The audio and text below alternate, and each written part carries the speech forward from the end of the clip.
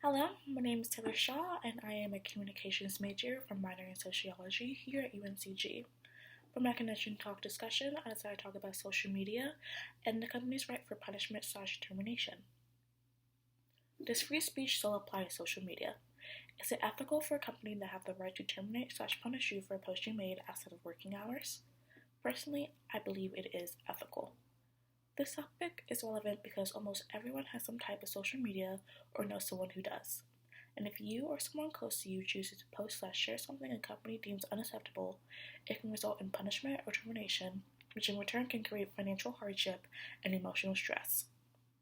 A real-life example of this would be the Roseanne Barr controversy that occurred last May in 2018.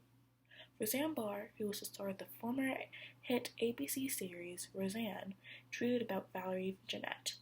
In that tweet, she stated the former Obama administration advisor is a product of the Muslim Brotherhood and Planet of the Apes. This single tweet sparked controversy quickly, and later on, in May 19, 2018, ABC put out a statement stating Roseanne's tweet was against their values and canceled the show Roseanne. This is related to this week's theoretical discussion because in this week's reading of Disruption, Silence, and Curation, the Science of Dialogic Civility in the Age of Anxiety, Polis speaks about dialogic civility. What I believe dialogic civility means is learning to respectfully communicate in a way that shows compassion towards others. If Roseanne was to have even a sprinkle of dialogic civility, then she would have never have made that racist Twitter post, her show would have never gotten canceled, and this example would have not been used or discussed in regards to ethical communication. However, let us jump further into the reasoning of why it is ethical for a company to punish/terminate an individual based on their social media activity.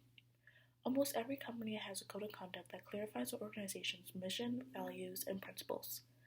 And as an employee for the organization, they must abide by that code of conduct in and out of business hours, since they are a representation of that company. This is where social media starts to play. When an individual posts something that is against their company code of conduct, such as derogatory or racist remarks or anything that a company may deem unacceptable on or off working hours, the company has the right to punish the employee since they went against their ethical rules.